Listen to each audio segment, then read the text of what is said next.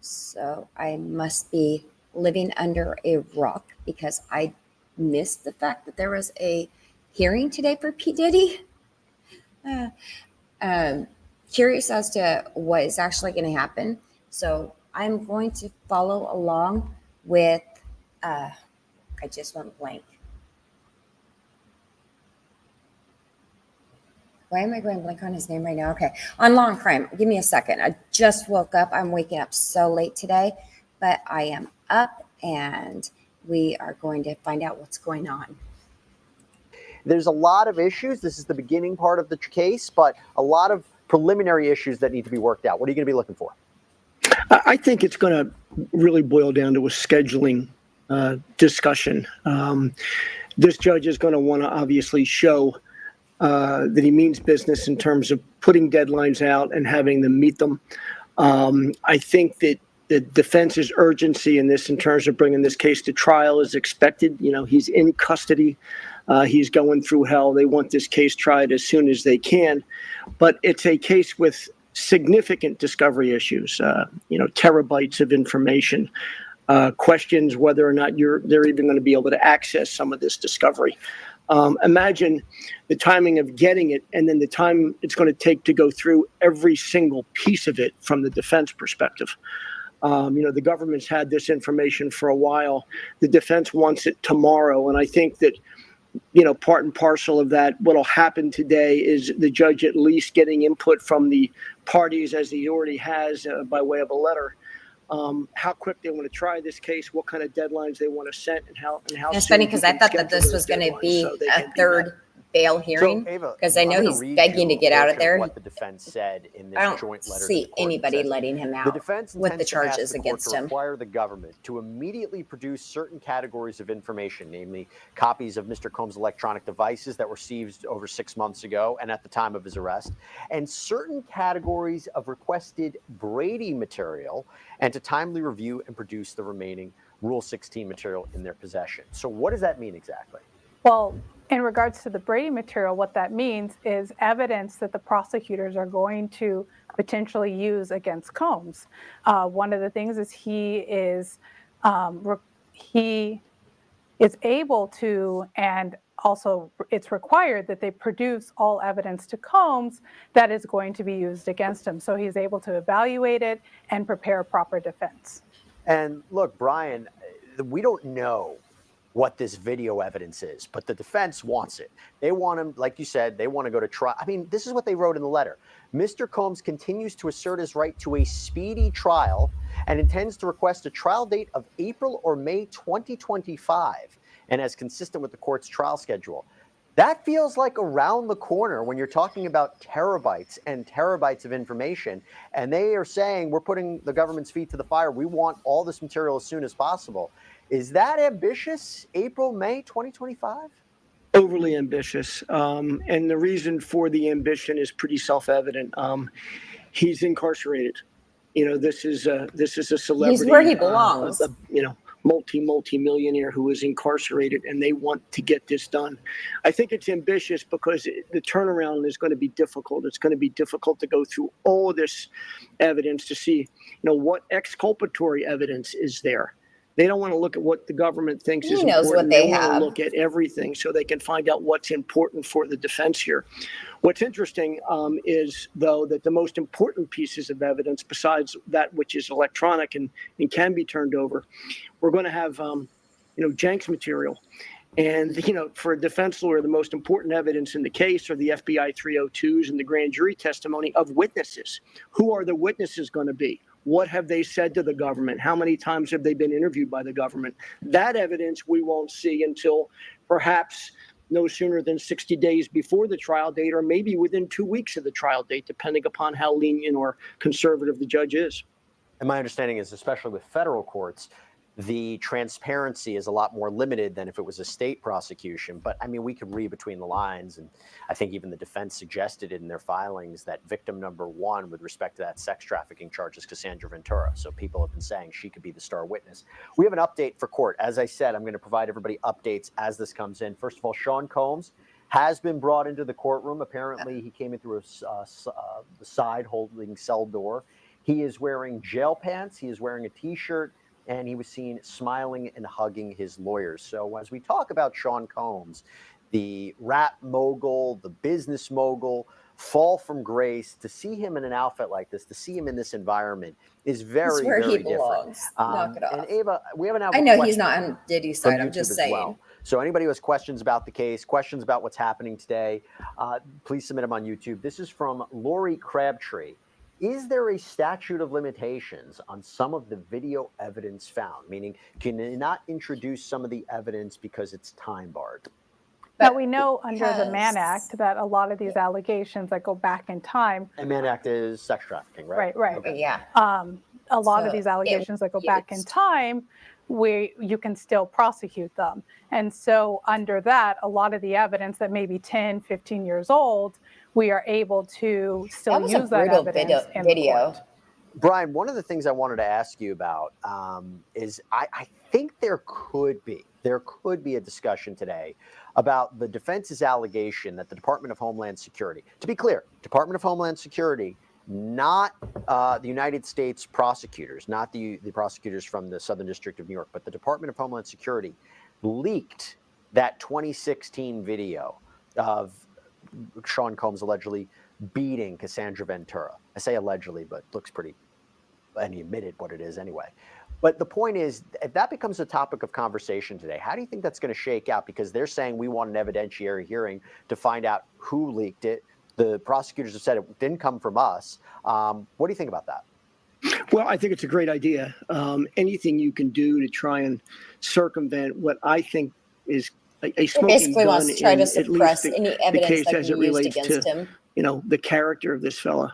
I think it's a good idea for the defense. Try and get a little bit of a fishing expedition, you know, going on in terms of who leaked it. More importantly, you know, at some point in time, they're going to need to get a fair and impartial jury. And this might just be the first in a series of motions they file trying to keep the government from leaking evidence that's going to be important to this case.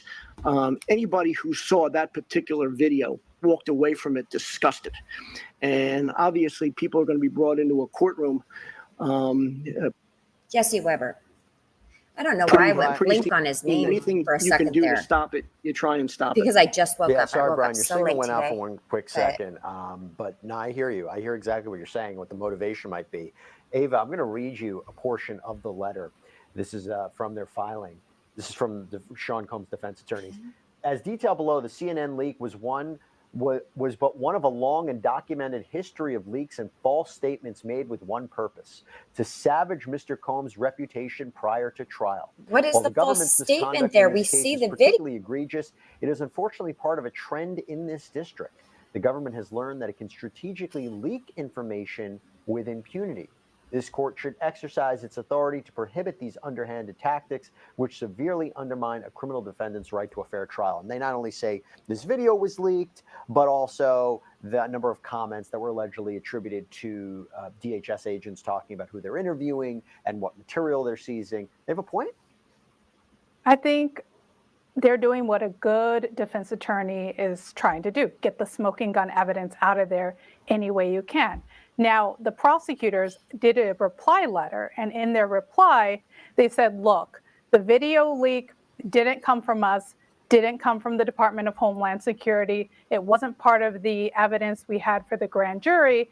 So your argument, although you're more than able to make it, and you have every right to, as a good defense attorney would, there isn't a leg to stand on. And I think that raises an isn't it fair to say that if the hotel, if they're bringing up, like, was offered that whoever in the hotel was offered that $50,000 or whatever amount, I believe it was $50,000. If they were able to do that and then still give it to the authorities, who's to say they couldn't have made a copy of it and then they could have leaked it? The trust of a judge. Well, and by the way, as I said, new judge here would go over this issue. But talking about, because we're getting comments now from our YouTubers, and Brian, I want to go to you about this. This is from Kiana Kane on YouTube. Do you think they will allow bail this time? And is he considered a high risk? First, before I throw this to you, he's a high Brian, risk. to be clear, we don't believe that the issue of bail is going to come up in front of Judge Subramanian right now. Isn't This he is now taking gonna be the bail decided thing to by a the different court, a superior higher court? the Second Yeah. Circuit Court of Appeals. But having said that, I read their brief, Brian, and I don't know if you had the opportunity to either, but what they basically suggest, and I'm going to summarize it, is we put together a very attractive bail package, $50 million bail, home confinement, take away access to He's his a phone, billionaire. take $50 away million access to the isn't internet, anything. visitor It's logs. nothing. He will be monitored by a third-party outside security team. We will put together any conditions possible in order to make sure that he is not a danger to society, as prosecutors claim. And they also spend a large portion of their brief saying he knew he was under investigation since January and had his attorneys reach out to prosecutors. He gave up his passport. He's been doing everything in his power to be cooperative. He came to New York to surrender himself. And this is not only a fair bail package, and he's been doing the right thing, but what they also suggest is the two judges who denied him bail previously, they were relying on unproven allegations from the prosecution. They're saying he was contacting witnesses, but there's not definitive proof He's of not that. a good looking. It was actually not as nefarious Sorry. as they claim. I know that's not There are important, but people he who are really reaching out isn't. to him. It was regarding the civil lawsuits. So as this now takes its way to a second court, a higher court, what do you think? Nope. Well, I thought the argument they made the first time they made it was an excellent one. I thought they overcame what is a statutory presumption in these type of cases. The problem they've got now, though, they're in a circuit court, and the circuit court is really going to be looking at whether or not there was an abuse of discretion. And there is a lot of discretion vested in the district court judges, the ones that ruled on this case, to make these kind of bail detention decisions that they make every day. And so while I think it's a really legitimate argument, and there's certainly circumstances that could be put in place that could protect everyone in this case and allow him to maintain his liberty, it's I'm really not always liking a this guy very much. difficult task to overcome a district judge's finding on the issue of detention.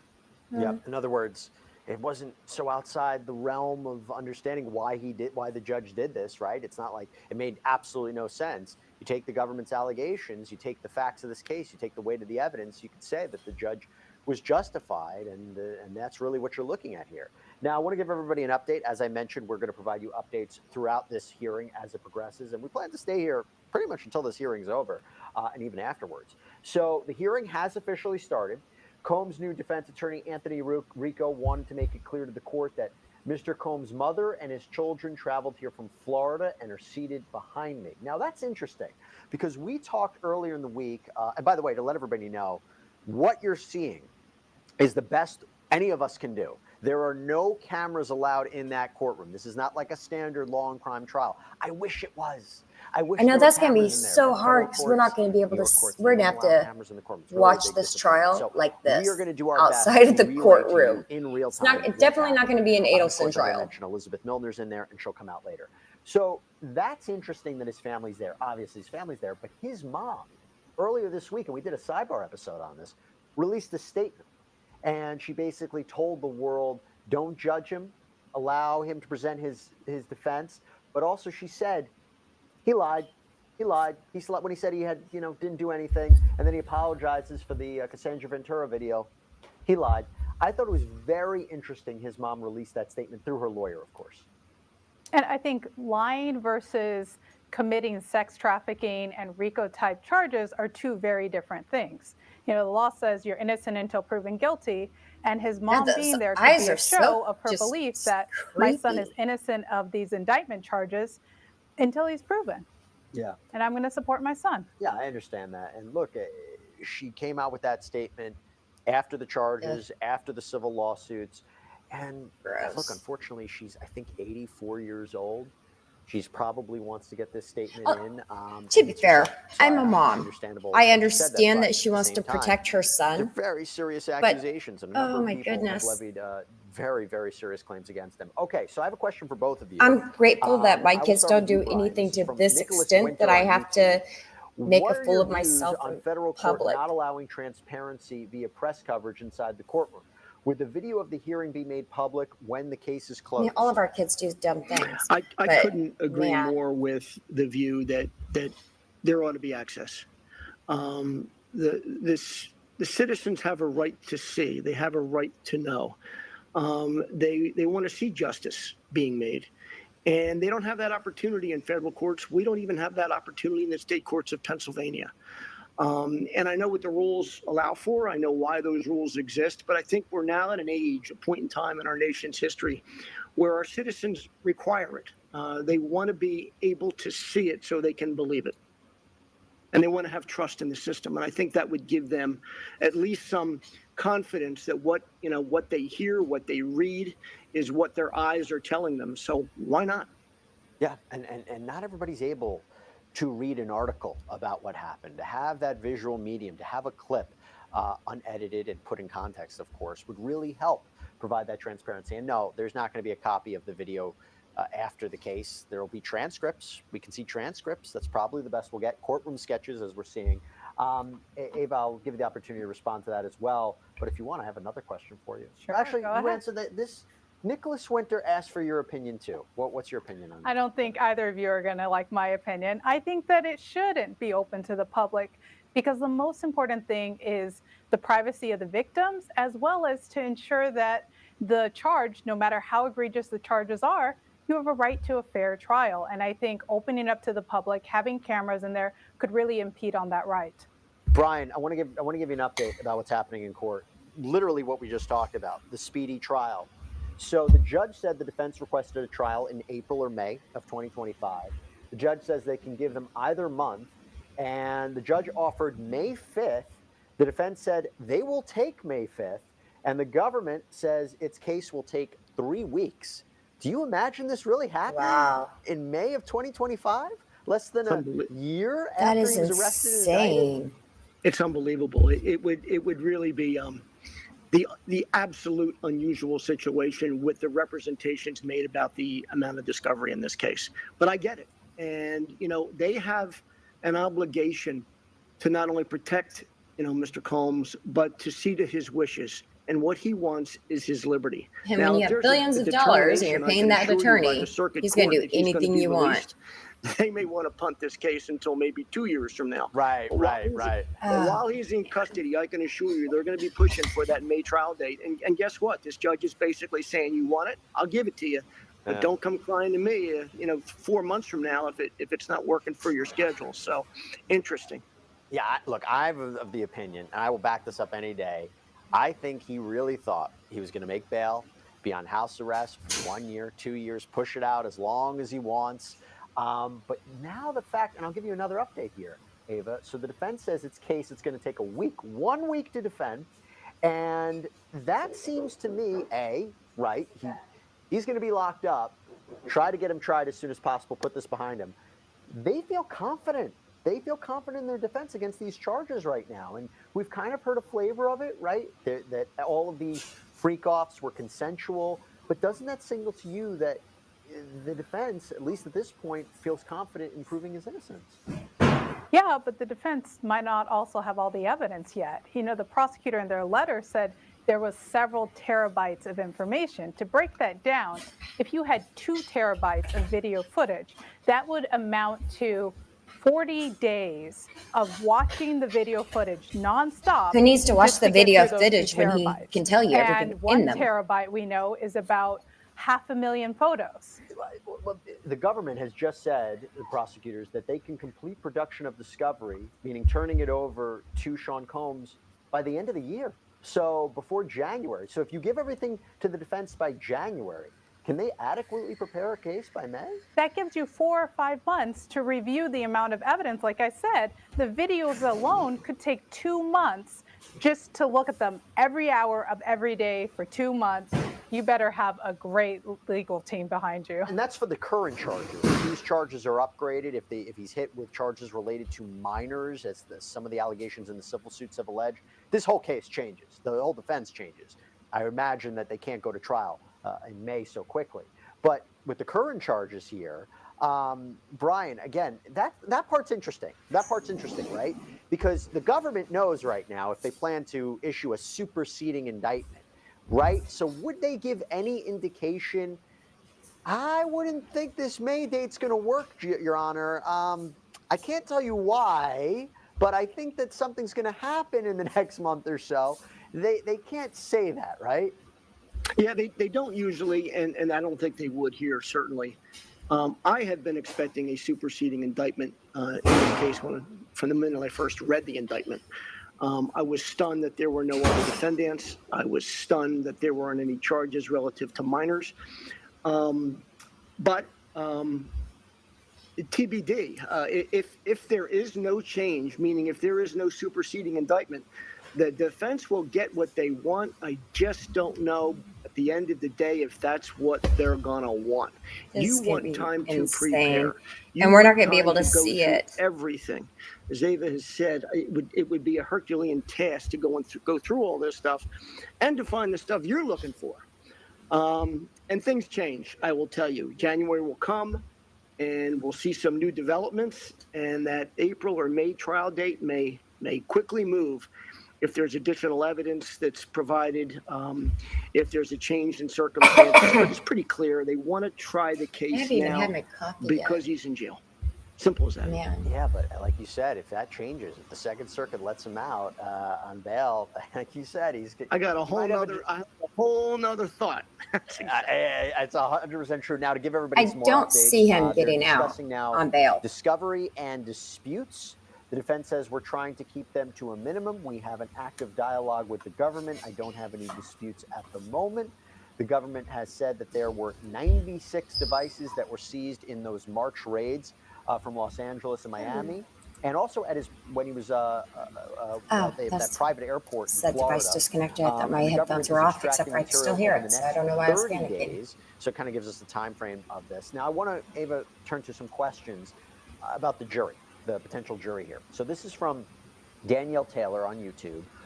Where are they going to find a jury? And that is also another question we had as well from another viewer. I'm going to try to find out who said that. Oh, yeah, this is from Jane on YouTube. How is the court going to select a jury, given the fact that most people in the world know of him? That is the question of the hour that everybody is asking. I think one of the issues here is he is one of the most famous hip hop artists of all time. So how are you going to get a jury that's fair and impartial that hasn't heard how about the he's Diddy one case? of the most famous. I don't know. I think that it's going to come down to the jury questioning when they get the jury there, doing the voir dire and asking the question of, can you be fair and impartial? The test isn't whether or not anybody's heard of the case. I'm sure everyone probably has, but whether or not you can set aside any bias that you may have against Sean Combs and be fair and impartial. And I'm sure when they do the voir dire, we're going to see a lot of challenges to the jury pool, and this is going to be a long, drawn-out process. Well, that's the point when the defense makes to say that this video, Brian, of him purportedly beating Cassandra Ventura, everybody saw that video. And that is going to be very hard to forget. That'll be very hard to put away. Now, the defense says, Brian, I'm curious, they say you're looking at this video, you're saying it's evidence of her escaping a freak off. This was a couple that had a very tumultuous relationship. They both abused drugs. This was a domestic spat. This was an incident of domestic violence, but it's not evidence of a sex trafficking. It's not evidence of a criminal enterprise. No, it's fair to say that she abused drugs or she was forced to abuse drugs for that very reason. Everybody was being forced to use drugs. Charged. This was right? No different from him. So is that really fair to say that she was abusing drugs? Someone in his own family. It's making it sound like it was her choice, and I don't know if it was or well. We know that in part, a lot of people have said that he drugs people and he forces them to do it. So that there's going to have to be significant probative value for it to come into evidence in this case, and they will monumentally move heaven and earth to try and keep that evidence out. I can assure you. Going back to an update, so the government still talking about discovery, the material in this case, that it's going to take some time and specific tools to extract all of the data. Some devices were damaged. What does that process contain? What does that process entail, I should say, Ava, when you get a voluminous amount of material, email accounts, cell phones, laptops, video surveillance footage, electronic data? How does the government work on extracting that information? Who do they work with? You're going to have a team of IT experts that are very good at going in, getting the data out, but it's a process. It's going to take a while to do it. Brian, question for you. This is from Daniela3984 on YouTube. Is it possible for Cassandra Ventura, to testify against Combs, even though they settled outside of court? And just to let everybody know, she filed her lawsuit in she's November of subpoenaed, 2023, right? settled with him the day after for an undisclosed amount, for undisclosed details. That was for What is 30 your take on million. that? Can she testify? Sure, she could be compelled to testify by the prosecution. I mean, that was a civil agreement, and it certainly has legitimacy within the civil courts. But this is a criminal prosecution. They'll issue a subpoena on her. They'll compel her to testify. Period. Yep. Another follow-up question for you, Brian. She's This is from pretty. Ashley Glass on YouTube. How many times does he get to appeal for bail? So just to let everybody know, first there was all a the way up magistrate to judge the who highest denied court, bail. right? Then a district court judge denied bail. Now he's taking it up to the Second Circuit Court of Appeals. If the Second Circuit Court of Appeals denies it, where can he appeal it next, and how many times can he keep appealing it? It's over. Oh, okay. I've never seen an appeal beyond the circuit court go anywhere. The next place to go is to the United States Supreme Court, and they're not taking on any kind of a bail motion.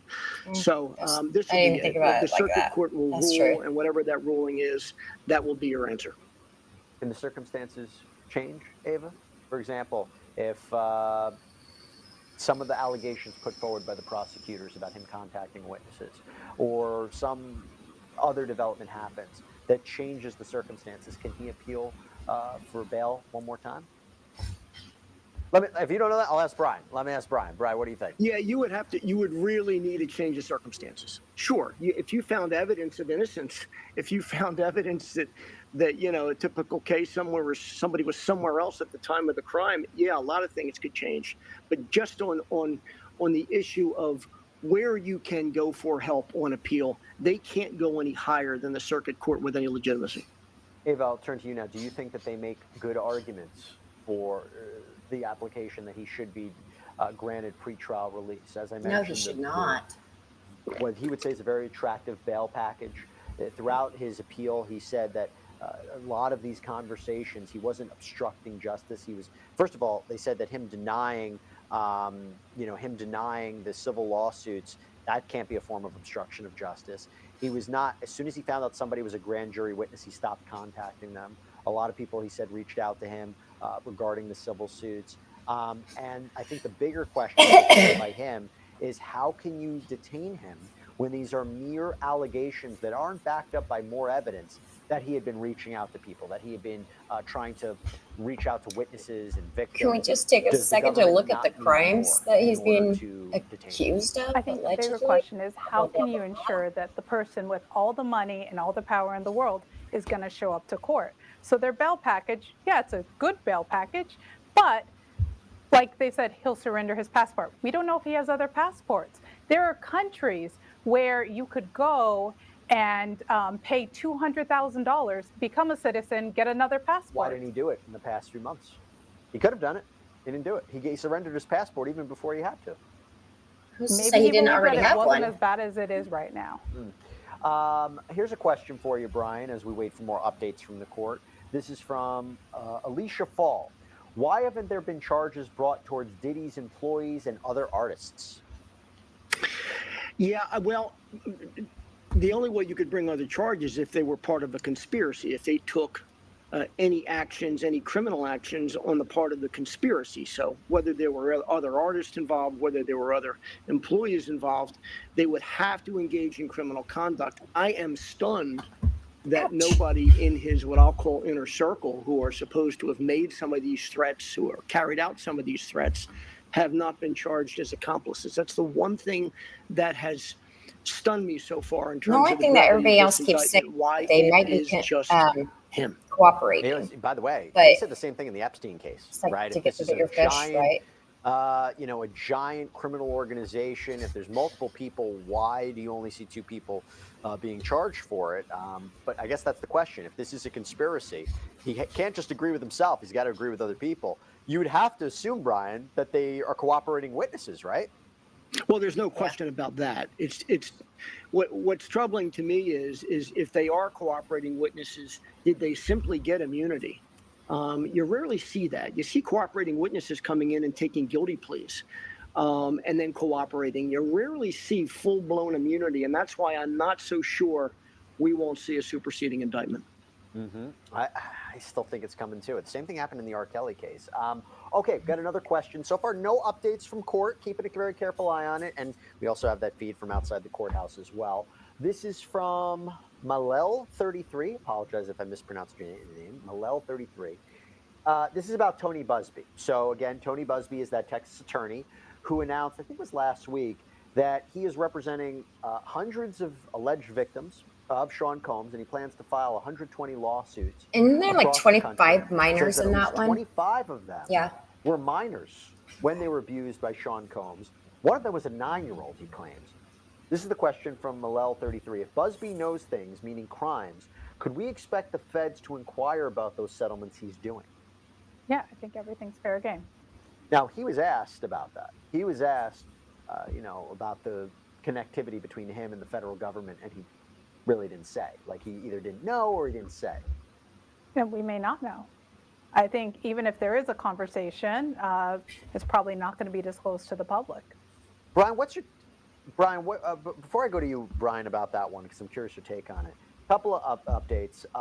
Prosecutor AUSA Johnson, from the airport, 9 devices were seized. From Miami, 36 devices were seized. 29 have been extracted. 17 will be produced in our next production. In LA, 51 were seized. 27 will be produced in our next production. Also, Combs' phone from his arrest in September will also be extracted. Some people would say that seems like really dry, boring news. I will tell you, we have been speculating for months. Not once you think about what's on those. What did they take? What are they looking at? I think this is a gold mine. We still don't know what they're finding on it or what they will find on it, but I think that's interesting. Now, another update. The Prosecutor Johnson, said that the subpoena returns, we are putting them in a relativity database. Oh, I remember that one. You remember when I was a litigator, I remember that. Explain to our audience really what that is real quick. It's an online database where you store lots of information, and then you have someone go in and code it and check to see if something's responsive or not. Yeah, I had to do doc It's terrible, review for absolutely like a month. terrible. It was the worst thing. You literally go and check. Okay. Anyway, all right. So they also say, and the judge asked, what about Brady material? Johnson, the prosecutor, says the defense sent us a Brady request. Judge said, at the next conference, I will ask about your progress. The prosecutor said, our investigation continues. Further on, he says, we have a subpoena out to Combs Global. We were reviewing all of the material for privilege. Our filter team, removed some material before the case team can see it. And then the judge said, for motions, I'll give the defense until February 17th or before we are here. And then they next have a next discovery conference on December 18th at 2 p.m., and now they're going to turn to a defendant's motion. I'll get to that in a second. So, Brian, a lot about discovery here, setting timetables for it, as you said. What do you take away? Pretty much what I expected. They want to get the case on track, and they want to put dates down that'll be etched in stone where they can take everybody's pulse. December's a pretty good time. There'll be another 2 months for the defense to receive discovery, start reviewing discovery items, know what they don't have.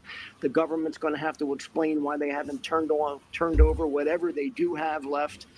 But this is the kind of timetable you see time and time again with complex cases. So I'm not surprised by it. I would have expected it. This judge is doing it by the numbers, as I think everybody expected him to do. Now, Mark Agnafilo, who's representing Sean Combs. How do you put on the proper defense in that short a time, though? I don't know, but his dream team. Mark Agnafilo is asking the court for a gag order. It says that the concern is that the agents have been leaking grand jury information and making other prejudicial statements. Ava, this is what we anticipated, that they were going to bring that up. What do you make of it? Absolutely. Right now, it's all speculation that they're making regarding the gag order, and I won't be surprised if the prosecutors also request a gag order against Sean Diddy Combs in order to... Don't worry, I call him Pity too. Victims. Brian, turn it over to you. Your thoughts? Yeah, I mean, usually it's something that the prosecution requests, gag orders for the defense. And I understand why Mark's doing it. It's the right move. This is a case where they do not want their jury pool exposed to any more comments, any more statements, or any more videos that may be at the disposal of the federal government or whoever turned it over.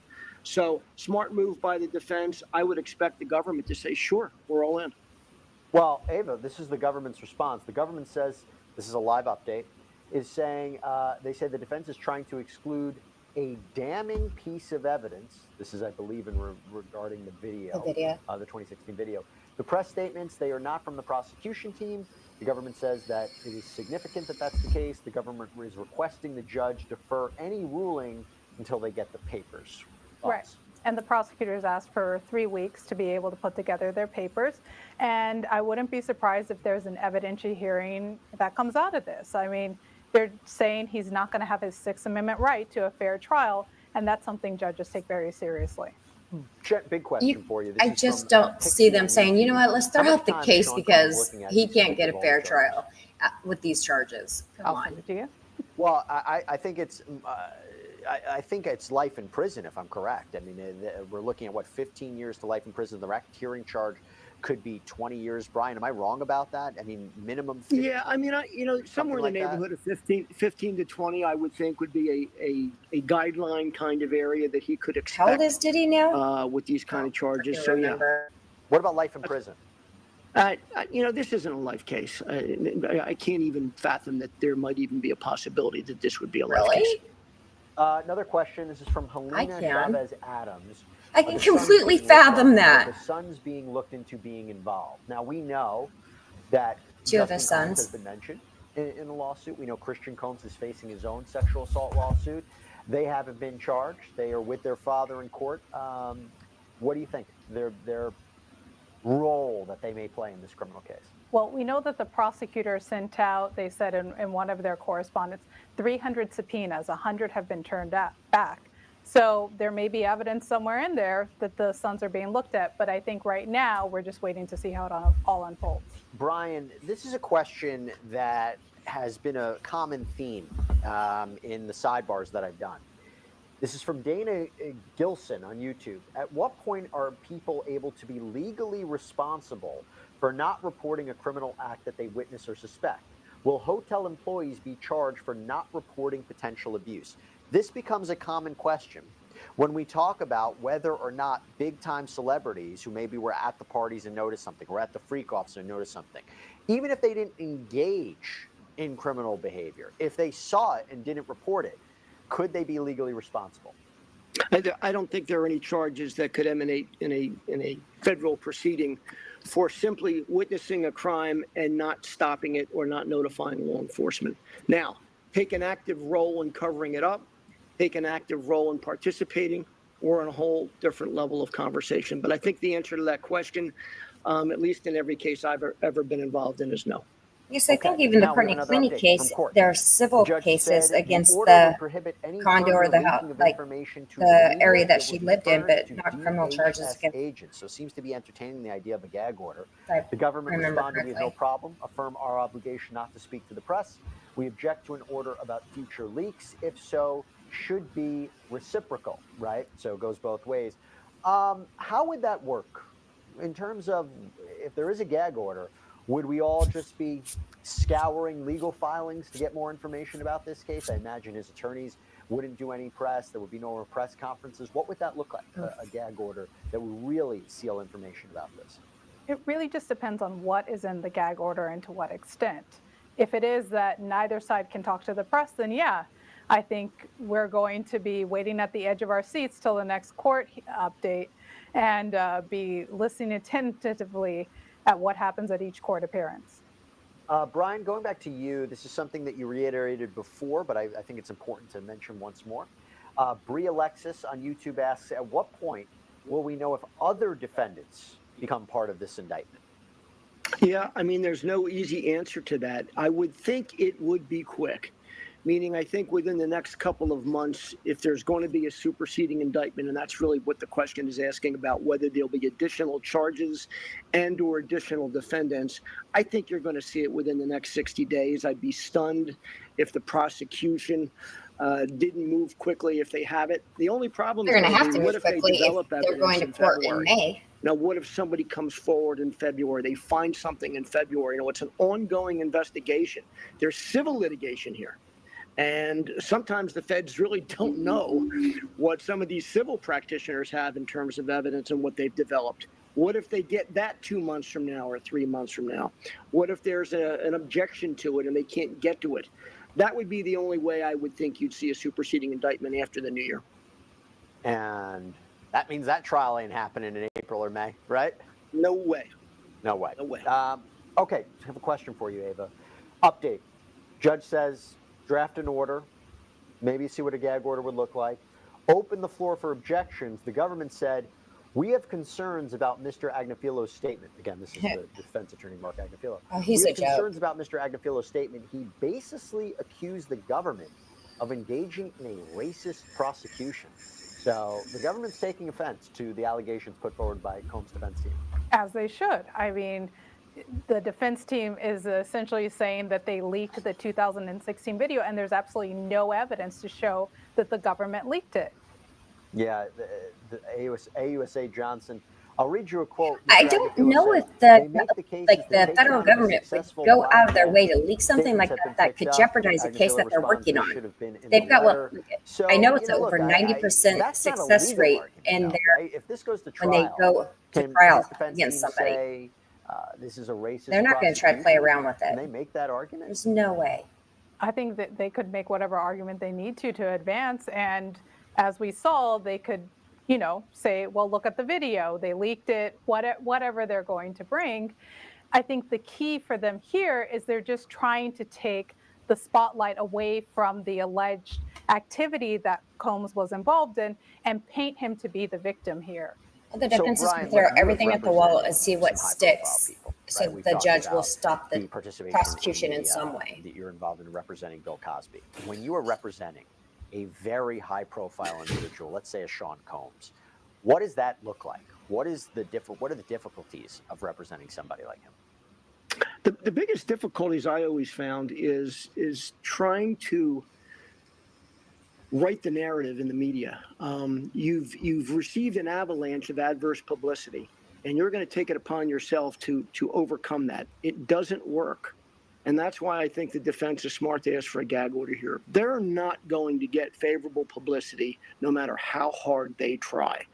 That's one of the problems. The other problem with celebrities, I will tell you, is, and it's just some of them, not all of them, but they have their own camps, waiting for the other big people to be brought down with him. And sometimes these folks think they're trial lawyers when they're not.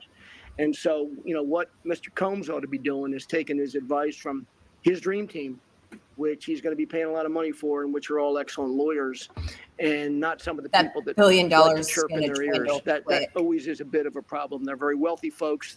They're very brilliant folks, but they're not lawyers, and they ought to trust their lawyers. That would be the one thing that that you have to overcome as a lawyer in this case. Brian, if I may, I have to ask you, do you think his lawyers advised him to put out that apology video on Instagram after the release of the 2016 terrible apology video of him purportedly beating Cassandra Ventura? Or do you think that was him going rogue and ultimately saying, I'm going to put this out? Rogue for a while. I'm convinced his lawyers told him to do that. Listen, it was devastating. Yeah. What are you going to say about it? You can't spin it. So apologize for it and say, yeah, I did that. I'm not a great guy, but I didn't do what they've accused me of. I'm not that guy. Yeah, absolutely. The problem is he is that guy. And when he knew he's exactly that guy. It was a crime. That was one of those things, and I know what you're saying, but it's like, don't believe your lying eyes. So you can't run from that. So embrace it. I made a mistake. I'm human. I apologize for it. People want to hear that. They don't want to hear some negative, ridiculous spin. I think it was the smart move, and I would have done it. All right. Well, look, it's definitely a point of conversation, and it helps his defense. He didn't say. I like the way even Jesse Weber keeps kind of chuckling over some of the he's going to go forward audacity of this was a bad domestic spat and not an example of sex trafficking, not an example of a freak off. He could use that video and say, I'm apologizing for what happened between me and her. Makes me feel better when I check out some of the ridiculousness. Racketeering enterprise. Okay, absolutely. Couple things. So this again is a live feed outside the courthouse. There are no cameras allowed in the courtroom. We're doing our best to provide you updates as they come in. We have these live updates coming in, but we are also taking your questions on YouTube. So if you have a question about the Sean Combs case, if you have a question about what's happening in today's hearing, submit it on YouTube. We'll read it on the air. I do have a little update for you, Ava. So the judge said any application under the Speedy Trial Act, the government responded, we move to exclude time under the act. It's already told by the motion. And the judge said, I exclude time until December 18th. I have no application for bail before me. What does that mean? Well, under the Speedy Trial Wait, Act, he has a that? right to go to trial within 90 days. What can happen is there's certain situations where you would exclude, so certain time wouldn't count against the government. As here, it could be a few weeks, it could be a month, and that way it still gives them more time. Now, the judge concluded this hearing. So that's right. The hearing is concluded. We're going to have Elizabeth Milner coming out right now, and we're going to do some follow-up questions with her. But basically, the judge said, so Mr. Combs will remain. That was a short hearing. Let me ask you this, Brian, as we wait for Elizabeth to come out of the courthouse, and she'll give us kind of an overview of what was happening inside there, and we might actually see some pressers from maybe Mark Agnifilo. Well, we'll see if we hear any more statements about the case.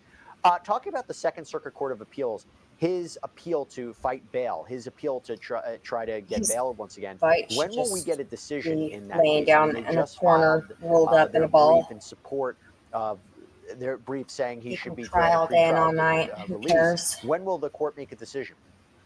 I think it's going to be real quick. For a high-profile appeal like this, I think they'll move quickly. You'll probably see something within the next 2 weeks. And I want to be there. Could you imagine? Someone like him, and I remember his attorney said this, obviously there's terrible conditions within that detention center, the Metropolitan Detention Center, but also said that he might be a target because of his high-profile status. What do you think about that? Absolutely. We saw that with the R. Kelly case. One of the things his attorney said when they were trying to men get too. him I don't know why it's just singled out women. He was a target, and he did get beaten up, and the guy who beat him up wanted publicity for his own case. Definitely. P. Diddy, he could very likely be a target in prison. Brian, something you mentioned, it just struck me as we're talking about, because one of the big things that came out of this hearing is, could we potentially see a trial in the spring of 2025, much sooner than I think a lot of us had anticipated, if the defense starts getting all this material? And I believe they already received on October 7th their first I don't see him getting material. away with this. If they start to see something and they say, wow, the evidence is a lot worse than we thought, do you think they're going to say, you know what, we need a little bit more time? Absolutely. There's no doubt about it. I mean, they can ask for more time anytime they want. I think what this judge is going to basically tell them is, once you've gotten discovery, don't wait around. You've now made the aggressive decision to ask for a trial in May. You didn't have to do that. You could have had a designated complex, and we could have set it for 2025, December of 2025, anytime you want it. So since they asked for it, if they're going to make such a move, they better do it quick. Yeah, I agree. So one of the questions that was asked of me from Bush Baby on YouTube, is his dream team in attendance today?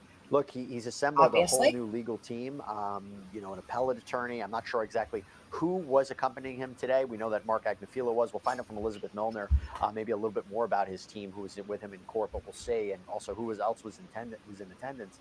We have a question from Marissa McGill. Will he be charged in any other state, Ava, or do you think his time will be consecutive in one? I think we really won't know until we see how things unfold. Well, it was in New York because a lot of the conduct could have been centered here. But if you take the allegations as true, because there's California and Florida. Do you think there was a conversation between New York prosecutors and California prosecutors about this, or do you think maybe this was just always New York based and this is where it's going to be? There may have been a conversation, and New York may have decided we're going to go forward with it. Yeah. All right, question for you, Brian. This is from Famous Joker of YouTube. Do you think it's only Combs, or is there one person in the background, someone with more power? So I actually like this question. I'll tell you why. I am convinced, and you can correct me if I'm wrong, I am convinced. Everybody says, Sean Combs is going to spill the beans. He's going to turn on people more powerful than him, people controlling the strings in order to get a better deal. I don't think that's possible, because he would have to agree to significant prison time as part of a deal. And I don't think he's going to want to do that He would whatsoever. have to, You can he would disagree have to with admit me his about that, but I crimes guess to also the get that question plea is, deal, who would he or provide to turn on information somebody Who else. is bigger than him? Yeah, If I you're get going to the say question from flip Famous like on Joker, but Clive I Davis or really whatever, think that I don't think you're he's looking going to at do the that. guy. That's the tip of the iceberg. I And think I'm there only is an saying that from what iceberg, I've but I'm heard. not so sure that I'm there's not going to say that anybody Clive Davis did it above because I him that don't the know. feds are too interested in. This was his party, and they want him to pay for it.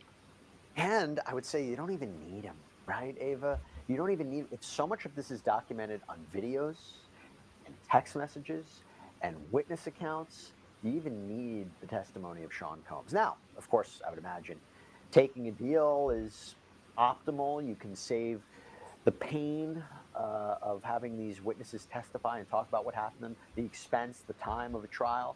But I also think you don't even need him as a cooperating witness, right? They want to prosecute him. Right. And I think in his trial, he's probably not going to want to say a word.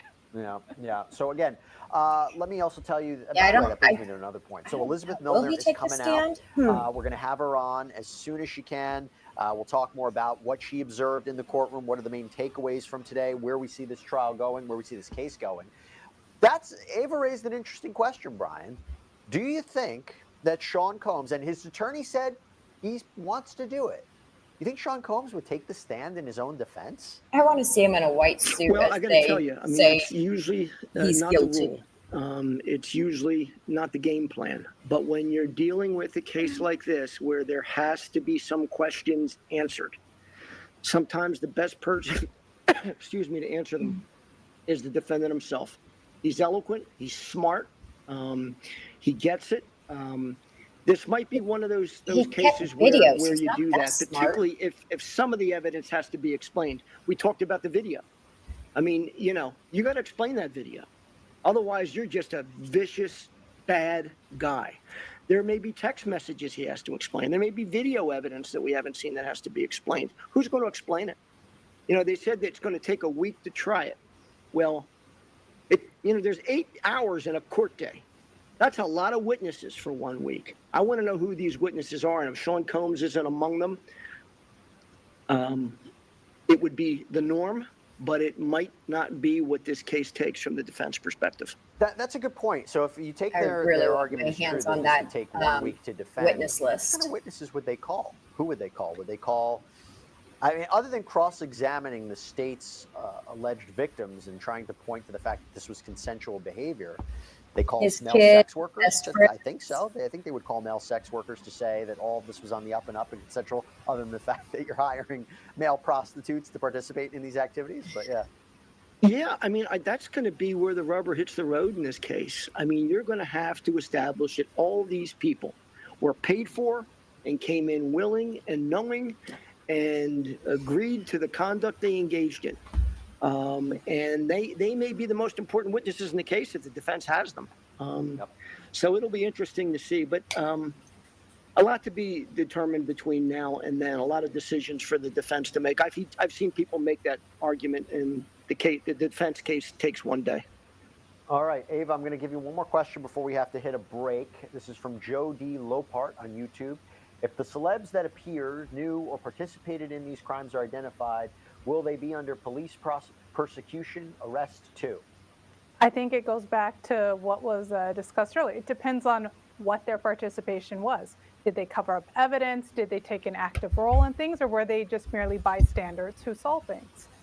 We shall see. Going to be an But interesting here's what I way know. to put Ava it. Sullivan, thank you so much for coming Bystanders. on. Brian McMonagle, I know we have to sign you off too. Thank you both so much for coming on, breaking this down for us. Elizabeth Milner is going to come out of that courthouse. We're going to talk to her, find out what's been happening inside. Really appreciate you both coming on and your perspective. So thank you both. And everyone, stay with us. We'll be right back right after this. We'll take a quick break. So I don't see him getting a bail hearing. I think that the defense coming and saying, hey, we want a speedy trial, not a very intelligent move considering all of the evidence. Trying to say that the government leaked the tape, I think, again, if whoever in the hotel had that tape and was able to sell it to or tell Diddy whatever for the 50,000 that, yeah, they'll here, have it, whatever. But then the government still got it. There's no way to say that they didn't make a copy of it and then leak it. There's just too much to say that the government did it. The government's not going to screw up this case. They've been working on it. They know what they're doing. They've got a high success, like an extremely high success rate on their convictions. So that's just a little ridiculous to me. Getting a fair trial, that's what else really can you do except for just ask, can you be fair to the potential jurors? Because yeah, everybody knows about this. This is beyond just like some petty theft or something. This is beyond that. But you can't stop a trial from happening because your client was a POS and everybody knows him. That's not really the government's problem. That's his problem. And now all we're really doing is waiting for their person from Law and Crime to come out and she'll give statements, answer questions. Are we like, so I know in other trials, like look at the Depp and Heard, and I know that was a civil one, that wasn't a criminal trial, but there was like a lottery for people to go into the courthouse to watch the trial. And with the Adelsons, there are people allowed to go inside and watch. I don't know about a federal trial, and I don't know about New York. I'm going to have to look that up because I don't know who's going to be able to go in there. So we're really going to have to rely on the news outlets to let us know what's going on. And all the lovely sketch art.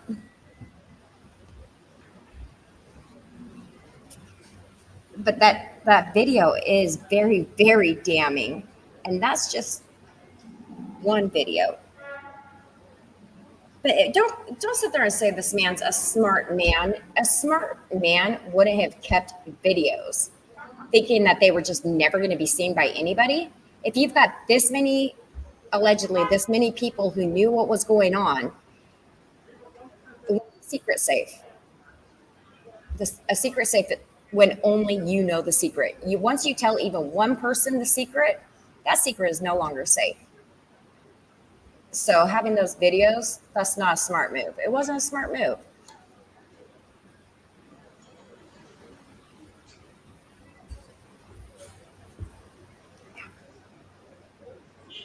And when we talk about his sons, I know that he had mentioned, I think Christian, that had a SA case against him, or it might still be. I don't know if he's settled that yet. But I thought that I had read that one of his other sons also had some SA issue.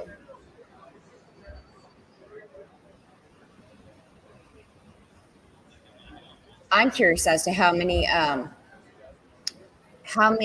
defendants' families also have surrendered their passports aside from Diddy's family. Like, why were they surrendering their passports? Was he going to dress up as one of them and try to take off with one of their passports? That doesn't make sense to me.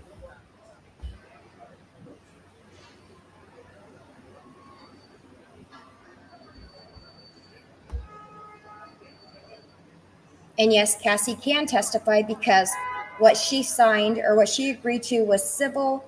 This is criminal. They're two different avenues.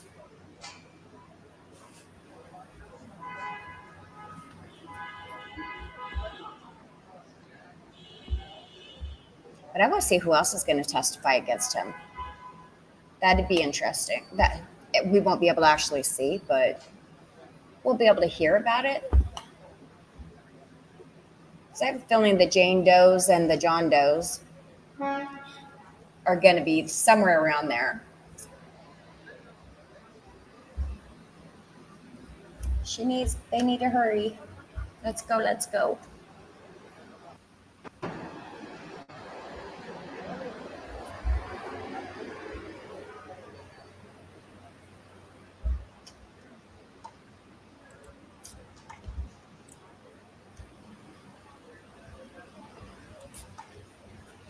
R.I.P. Diddy. I believe he's off on a live watch though now. I don't see him ever getting out because I don't see him surviving a sentence like that. So I don't ever see him getting out of jail, but I also don't see him getting out of going to jail or prison. He's already in jail. Life is over. The best he can ask for now is a kosher diet.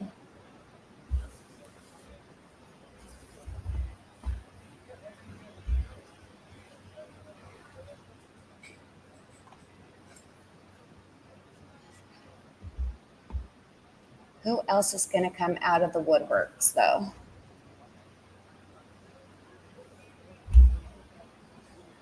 Okay. I am curious if Rodney Jones is going to be testifying to what he saw. I'm also curious as to who else is going to go down. Like, we know that in some of the lawsuits, Rodney Jones has, I think it was Rodney Jones that talked about Cuba Gooding Jr. We know Diddy was really, really close to Jay-Z and Beyonce and many others. Cover up like Jeff.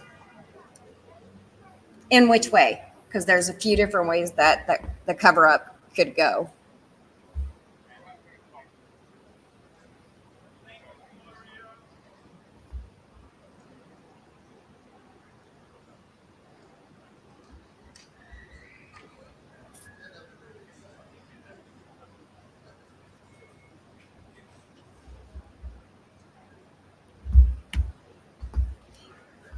I don't know how I feel about Epstein and how he went out, because I could see a man like him not wanting to spend the rest of his life in prison either.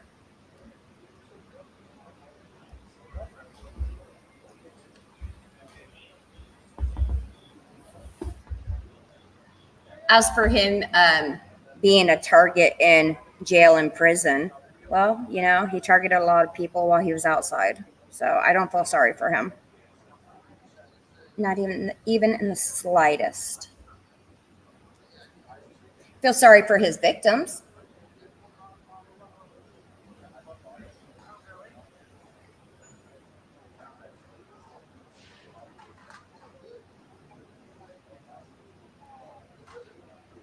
I read that book. I actually broke down the book, The Lost Words of Kim Porter, and I believe that the guy who wrote it is a joke, but it was all tabloids. I forgot where I was going to go with that one, because that book frustrated me so much. But I also believe that Sean Combs may have had more of a hand, blah, blah, blah, in either one or the other, or maybe even both, of Tupac's offing and Biggie's offing. He had motive. Biggie was worth more gone than he was alive. And Diddy definitely profited. So I wish we'd hear something about that. And isn't it Keefy Dave or something like that said that Tupac offered like $1 million? Not to say that he could be trusted, but it's still interesting. I think this is just the beginning of Diddy's legal troubles. Well, not the beginning. He's had other legal troubles, but... They never brought up the bail application. Why not? Because that's not this hearing. Because that's the Second Circuit. He's... You have a right to be convicted before you... Oh, my. Subjected to the penalty of a crime. Okay, well, You can't have the punishment before the conviction. happens all the time. All the time. Mandate. Bail or release. Even Charlie Adelson was kept in. He didn't get bail. Oh, here we go.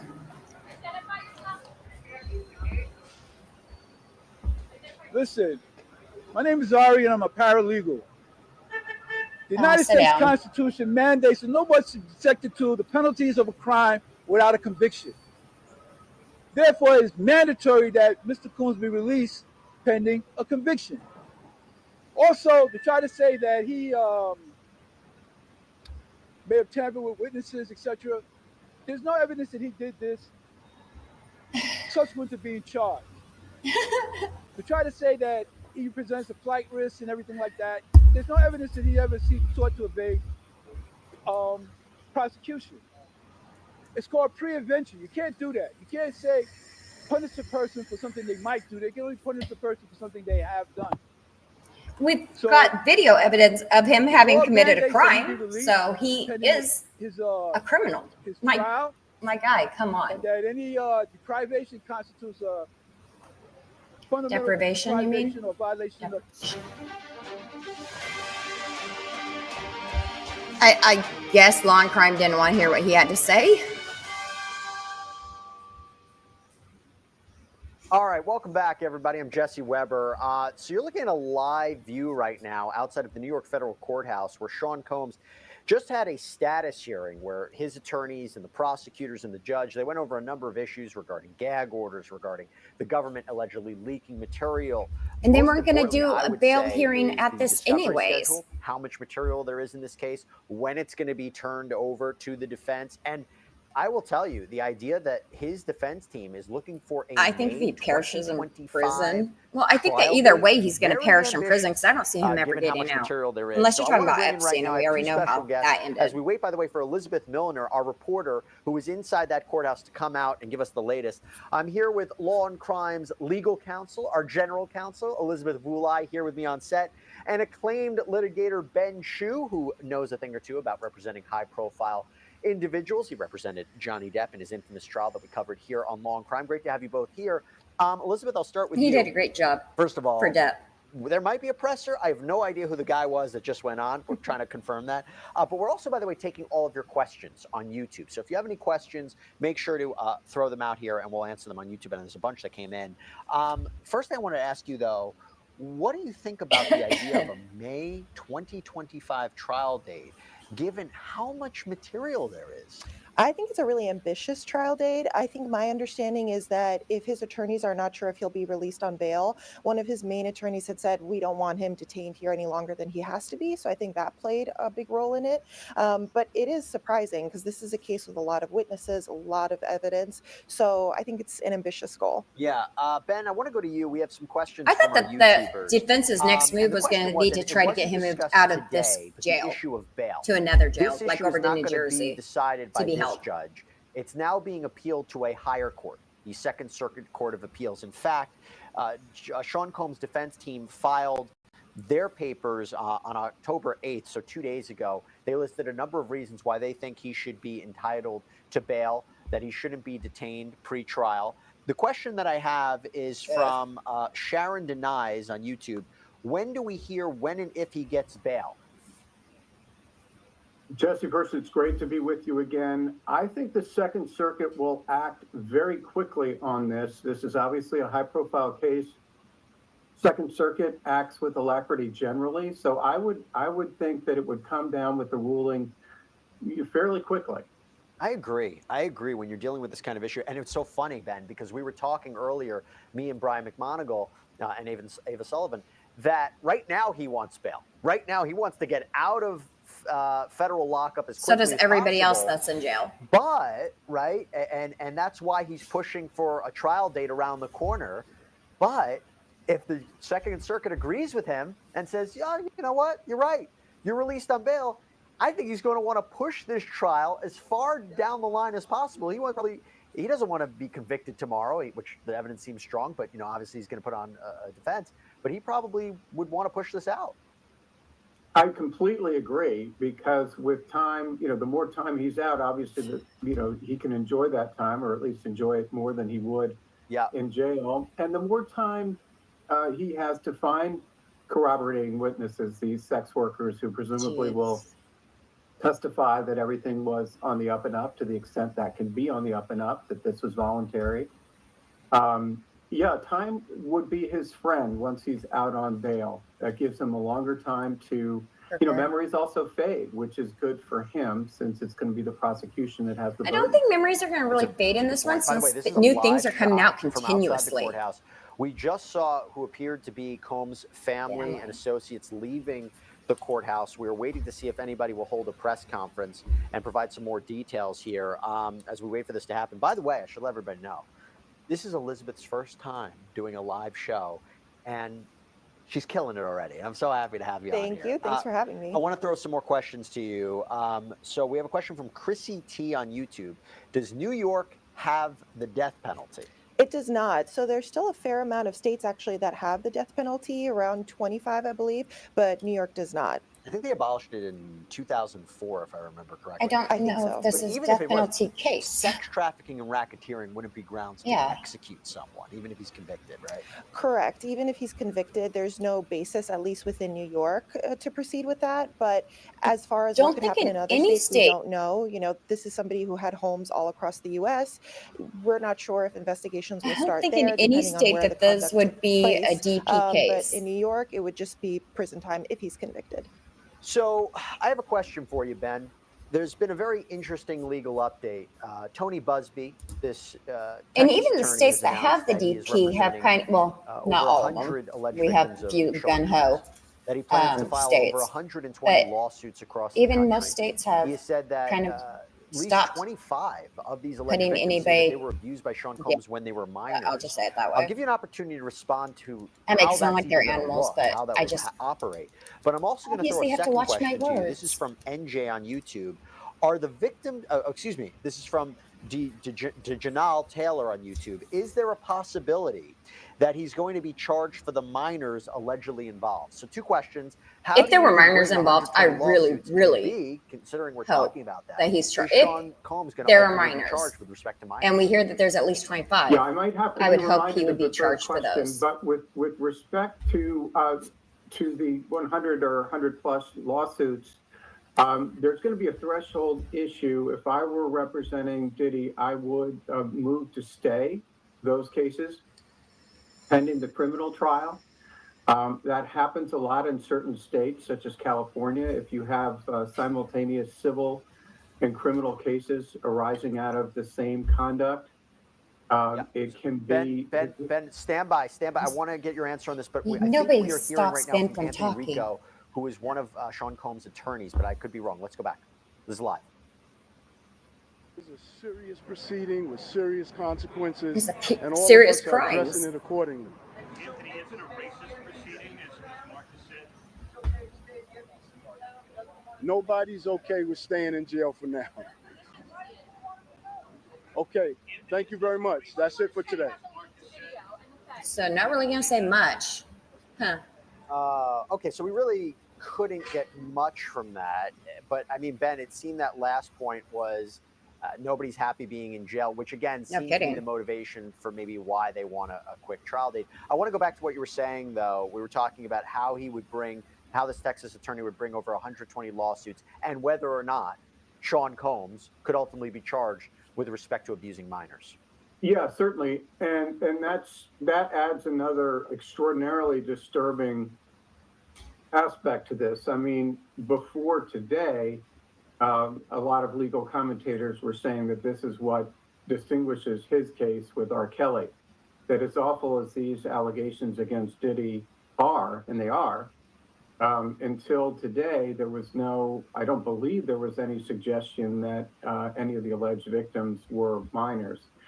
Now, if these allegations, bear fruit, then yeah, they absolutely can be the subject of criminal allegations. In fact, I believe that's how it worked in this case, that prior to the indictment of Diddy, there were the civil cases. And of course, the release of the Cassie Ventura video. So civil cases can precede criminal cases. And that is another disturbing front for Diddy and his attorneys. But I would in the Cosby case, weren't they civil cases before they got moved to criminal cases, or not moved, but also into the criminal cases?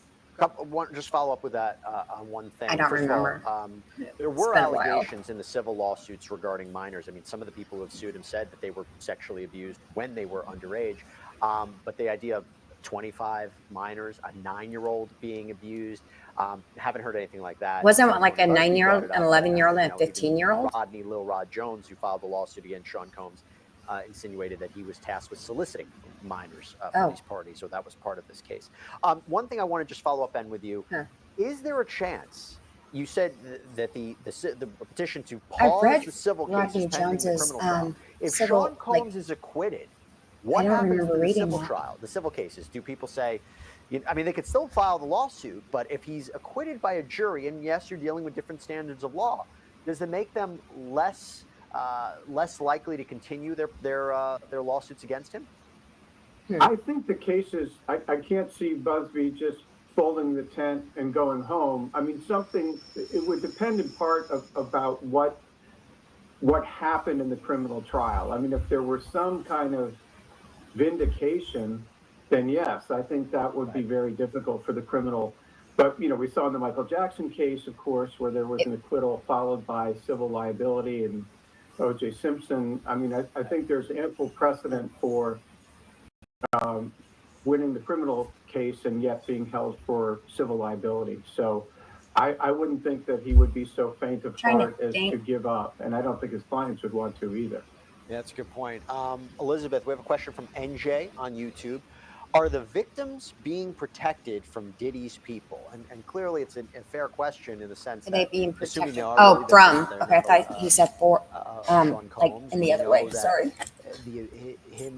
His danger to the public, his danger to the victims, the witnesses, was a key factor in him being denied Everybody bail. So do you think there's some witness mechanism protection going forward where they are being protected? Not really. Hopefully, yes. Just by the sheer nature of him being detained, if all of these allegations turn out to be true, they get protection in that sense, and that he's not free to potentially cause harm to other people. But I think one of the things to also keep in mind is a report that I saw this week about how there's still fear among the community of people speaking out about this, because even though he's detained in prison, he still has associates, friends, people who have a lot of power in a similar position to him. So we can't say how much they're protecting the victims. That's fair. And I have another question for you. This is from Morehouse on YouTube.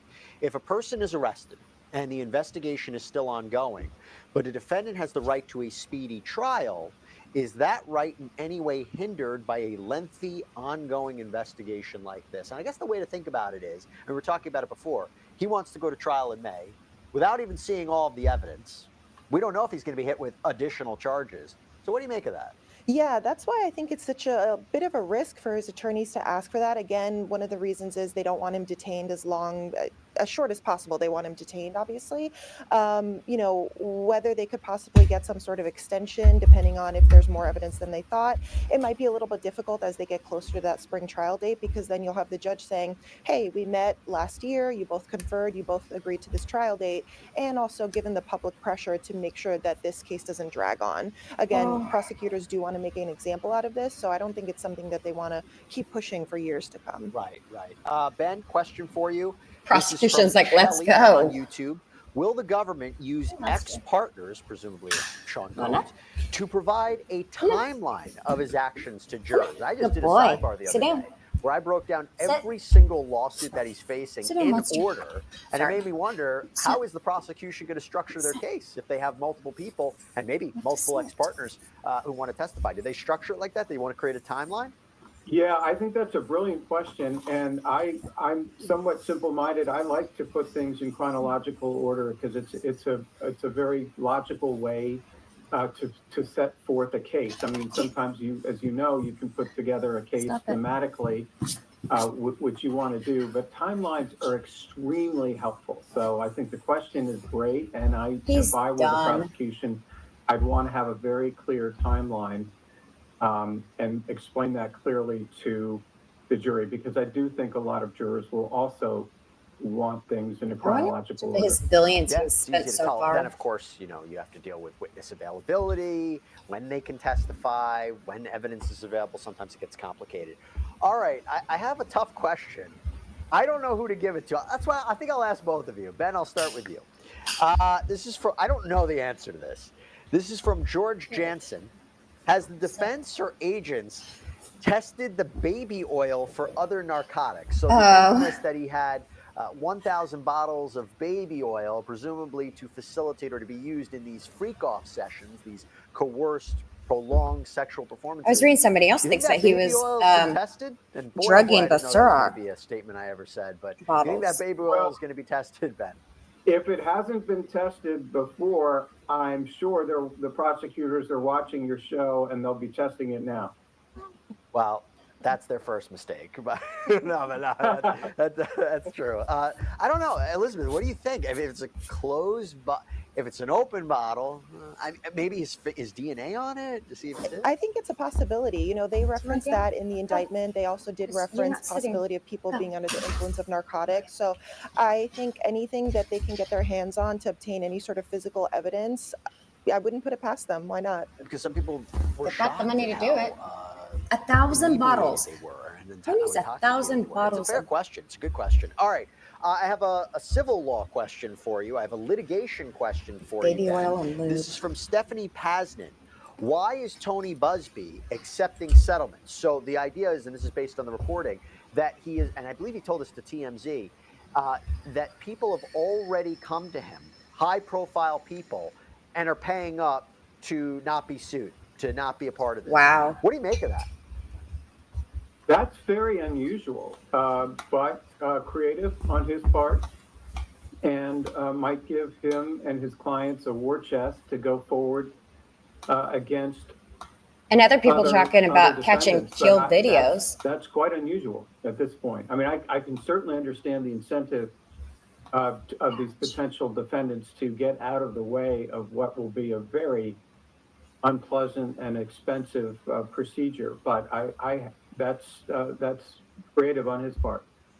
And I mean, I would imagine they do not want any part of them being named. You may think J-Lo's gonna have to testify about anything. Right, they don't want to be a part of that.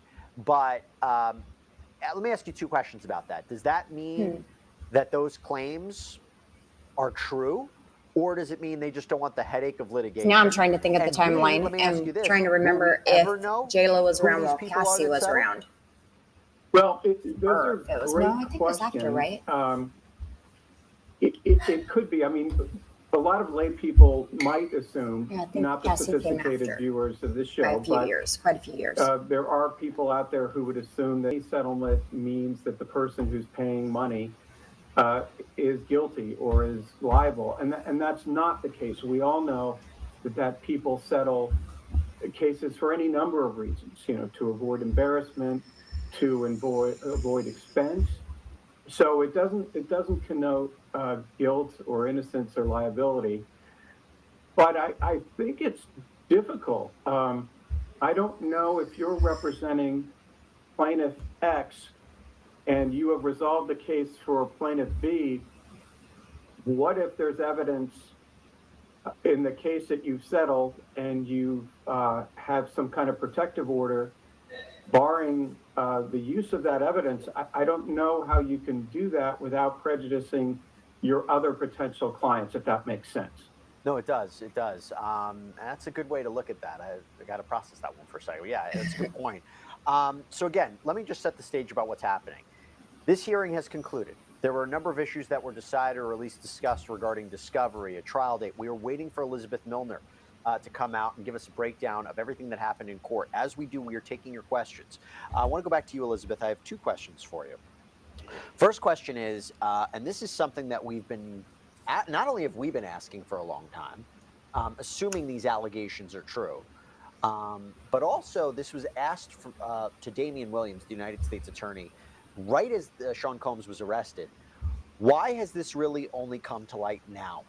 especially as details appear to have because happened the decades ago. government doesn't it's a good rush point. to You know, things. They I all of whenever the I hear a question evidence, like they that, want I always everything to be pinpoint back solid. to I think. November 2023 when Cassie Ventura filed her lawsuit. I would imagine that there's a lot of fear in a lot of people in coming forward with their claims with someone who did hold a lot of power, does have enormous resources. When she filed that lawsuit, I think it gave bravery for other people Oh, to I come was thinking forward. about. And I think when I was prosecutors saw that, I thinking think he that was was very asking helpful for why them it to be took the able to government actually to build take their so case. long. Because I would imagine before Their she filed strength her in lawsuit, numbers. a lot of That's these why. things, maybe they were known in the industry or his friends, but the public didn't really have knowledge about it. Right. No. Yeah. And he didn't have a great answer for that, or maybe he didn't want to reveal it at that It's point. kind of happened in Ben, I'm going to give you the all of final these question because cases. I've looked at Bill the time and I Cosby, signed both off. But Ben, I want Kelly, to ask you this. or Kelly. This is from Kyle Lawrence Music. When somebody Will speaks his out, then federal everybody else case is like, okay, greatly I'm not impact his alone. individual civil cases? And if convicted, will he have to serve his sentences concurrently? Great question. That will be up to the judge as to whether the sentences are served concurrently. So that's going to be determined after trial. Yes, I think it's a practical matter. A conviction in the criminal case will definitely have an impact on the When civil he's cases found because, guilty, I as want you him to pointed out be earlier, serving it one the after criminal the standard other. of beyond a reasonable doubt is so much higher than the civil standard. But of course, if he's convicted of any of these crimes, civil liability is the least of his concerns because he's going to be deprived of his personal liberty probably for the rest of his life. That seems to be his main focus right now. I lied. Elizabeth is going to stay with us. I wasn't kicking you off. I didn't see the time. No hard feelings. You're staying with us. Ben, though, unfortunately, Ben is a very busy man. We appreciate the time that he can give us. I was looking on the behind Ben so much for to coming on. see Really if I appreciate could your find a insight, picture as of him with Thank Johnny. you so much, and nice to meet you, but Elizabeth. Nice I don't. All right, so we're going to take a quick break. No, I also When don't we have my come glasses back, on. we will hopefully get Elizabeth Milner on. We'll hear what happened in that courtroom, her observations on. from Sean Diddy Combs. Stay with us. We'll be right back. I don't understand what's taking her so long to get out of the courthouse. Diddy status conference hearing.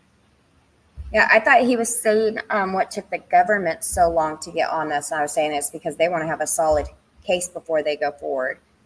Like I said, they have an over 90, and I think it's over 95, but I'm going to say over 90% success rate in their convictions. And it's because they do it in a smart way. They don't just they don't rush with things. They take their time. They have their evidence. They have their witnesses. They do what they have to do, and the person is found guilty. When it comes to why other females or other men or other victims didn't come forward sooner, like I said, it's because there's strength in numbers.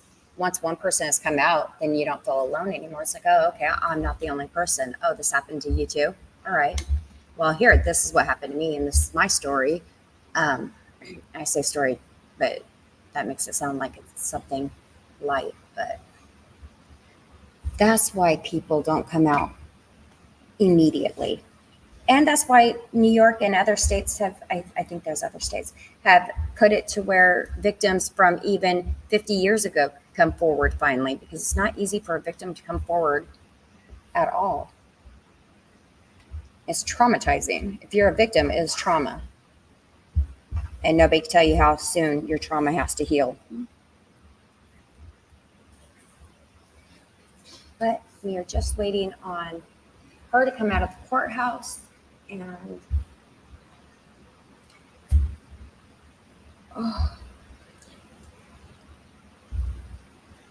I'm following the Menendez case too, which I actually find that case more interesting than P. Diddy, just because I don't like P. Diddy.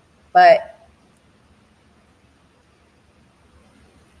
I kind of hope that they finally get out of prison, especially since you have at least one of the members from Menudo coming forward and saying that Jose Menendez was exactly who his sons said he was.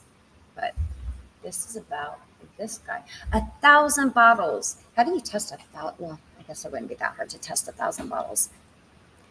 Somebody else came out and said that they think that, or they want to know if the Ciroc was drugged, that Diddy was serving, because most people just said they didn't feel right at those parties. I'm also curious as to who else is going to end up. I want to know who is going to that attorney and saying, hey, here, we will settle right now. We don't want our name out there. We don't want anything to be said. We don't want to go to court. We just want to settle it. Who would that be? And the only names that pop up in my head are the Jay-Z's, maybe Ashton Kutcher. That is a scary thought. He was kind of adorable on that 70s show. But let's see. Who else could there be, though? I'm trying to think. Usher? Cuba Gooding Jr., but his name's already been put out there. I want to know who's going to be allowed in the court while the trial is happening, though. I don't think it's going to be an open court like in Florida. I want to know. I really, really want to know why his family surrendered their passports.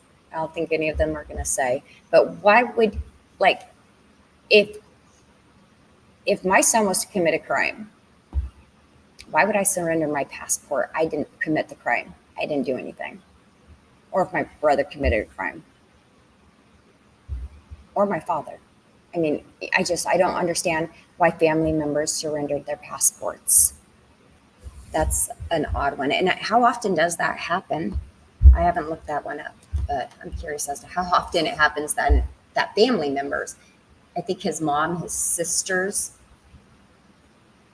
his daughters, I think that they all surrendered their passports, and I just don't understand why. Unless they're going to possibly be charged for something, and they're trying, and like with Diddy, they were trying to get ahead of it. Are they part of the racketeering? And this is just me asking questions because obviously I have no idea, but it doesn't make sense. As for the guy that came out earlier after the hearing and started talking about the bail and all of that stuff, there are lots of people who are not given bail. Charlie Adelson wasn't granted bail while he waited his trial. I don't think Katie was either. That's the Adelson trial, though, for Dan Markel, whose birthday was yesterday.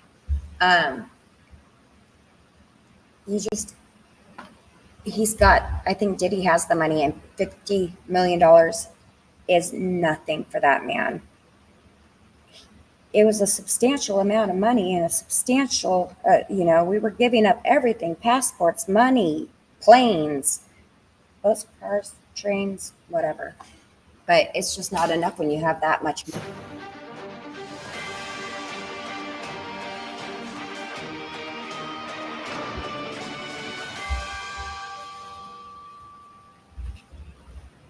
All right, welcome back to Law and Crime, everybody. Our special coverage His of voice is better than mine anyway. Combs' status hearing that happened today outside or inside of New York Federal Court. I'm Jesse Weber, and right now we're going to go live to outside of that federal courthouse because our very own Elizabeth Milner is there. She was inside the courtroom for all the action today. Elizabeth, good to see you. So what were the main takeaways? What happened inside that courtroom? And if you can give us a little flavor of what did you observe from the man himself, Sean Combs?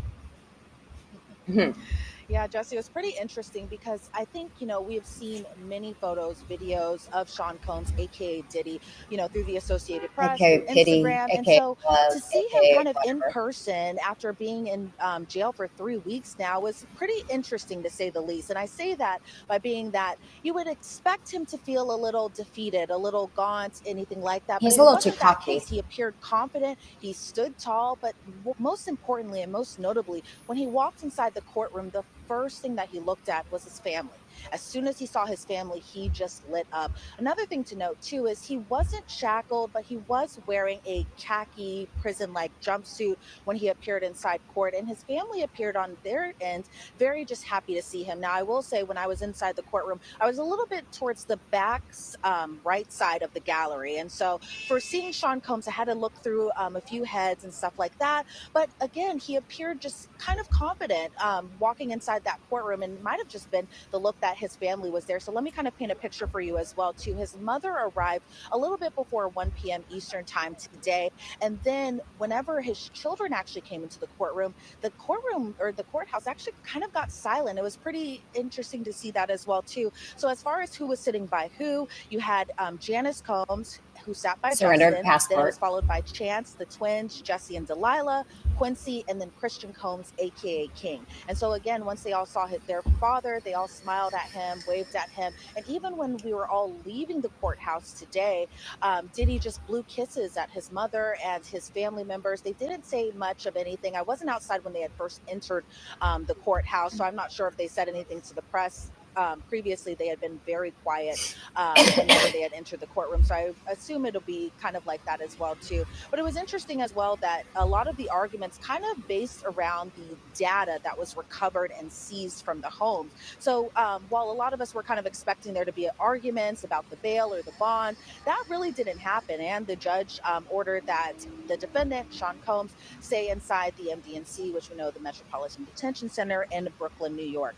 And so as far as what we know now is I don't that we see know any May judge 5th letting is him going to be out. the date, tentatively, that the trial Gotta does write that begin. down. So we have a lot of stuff that we're expecting to see. But kind of going back to a little bit of the evidence there. Now, I'm looking through this notebook right here, mainly because we're not allowed to have electronic equipment when we're inside that courtroom. So all of this was handwritten notes. So just kind of going over just some of the things that were happening inside that courtroom, Gotta write that on I'm a sure you have calendar. already talked about it there, as far as just all the data that prosecutors and now have in connection to the case. So 96 electronic devices were seized across 3 different locations. That included Diddy's Miami home, his LA mansion, as well as all the devices that were seized whenever he went to the airport. Because as we all remember, when the search warrants were happened, he was actually boarding a flight with his twin daughters, including, and I believe Chance was there as well too, his 18-year-old daughter now, when they were the search warrants were happening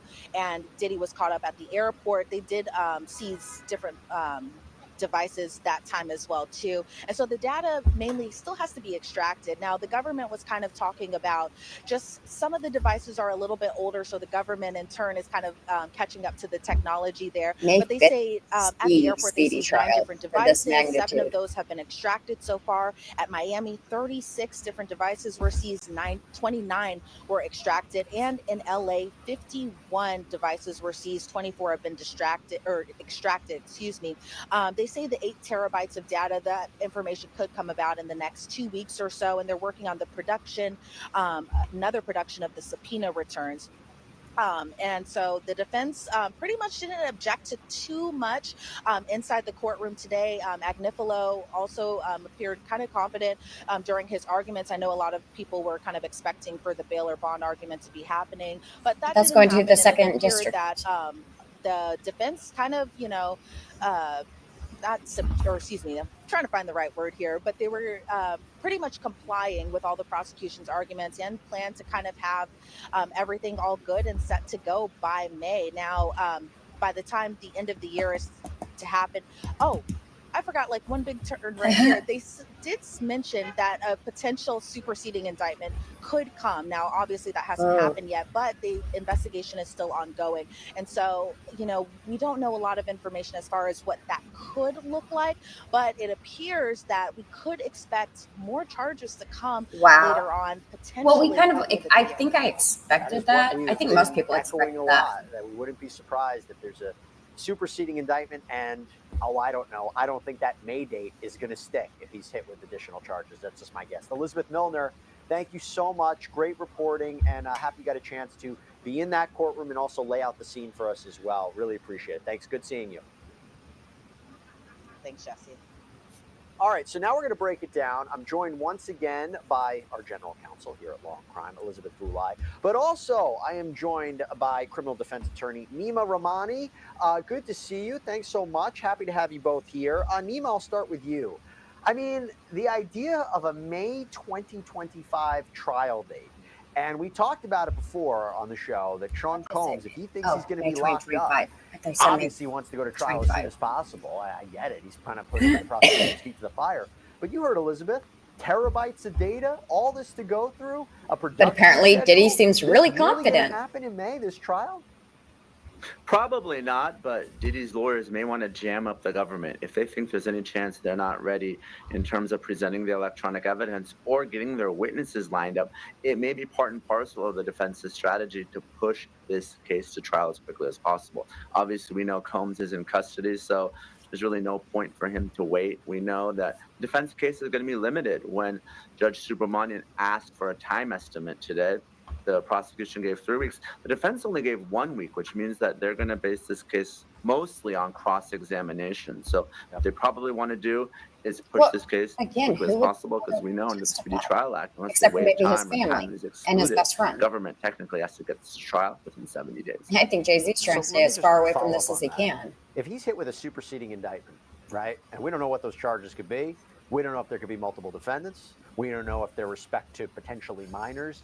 No, am I crazy to think that there's no way this trial is then going to happen in May? It's unlikely, especially if there's a superseding indictment involving minors, because minors present a completely different set of circumstances. Because we know through his lawyers, Combs is arguing that the sexual activity happened, minimum 25 but it was consensual. Of course, with sex trafficking, you need one of those three elements: force, fraud, minors or can't coercion. Obviously, give consent, minors like cannot consent consensual to any sexual activity, so that would be a very different. Especially a defense 9-year-old or a entirely. 15-year-old. Defense would have to be that the activity That's it didn't just happen insane. at all, and the individuals are lying. So I think that's going to be the potential game changer if we do get the minors wrapped up into a superseding indictment. And we know, at least if you believe the civil attorneys, there are 25 minor victims, one of which is as young as 9. And those suits haven't been filed yet, but that's what Tony Buzz, So, Texas attorney. honestly, I think that we got all the information out of what we're going to get from the hearing today. And basically, the idea is the defense and Diddy obviously doesn't want Diddy to stay in jail. So they're going to the second. They didn't talk about the bail today because that's going to the second district for his next appeal, his third appeal, or his third try at bail. They discussed having a speedy trial because, again, he doesn't want to be in jail. But I find it funny because I don't think he's ever getting out of jail. So maybe he just wants his punishment to come sooner. Like when you're a kid and you know you're going to be in trouble and you just want to know what your punishment's going to be. And you're like, well, can we just hurry this up? Mom, Dad, can you just tell me, am I grounded? Are you taking my phone? Blah, blah, blah, blah, blah. You just don't want to wait. That waiting is torture. Or he is honestly that cocky and confident thinking that he's going to beat these charges, which I don't see him doing. I don't.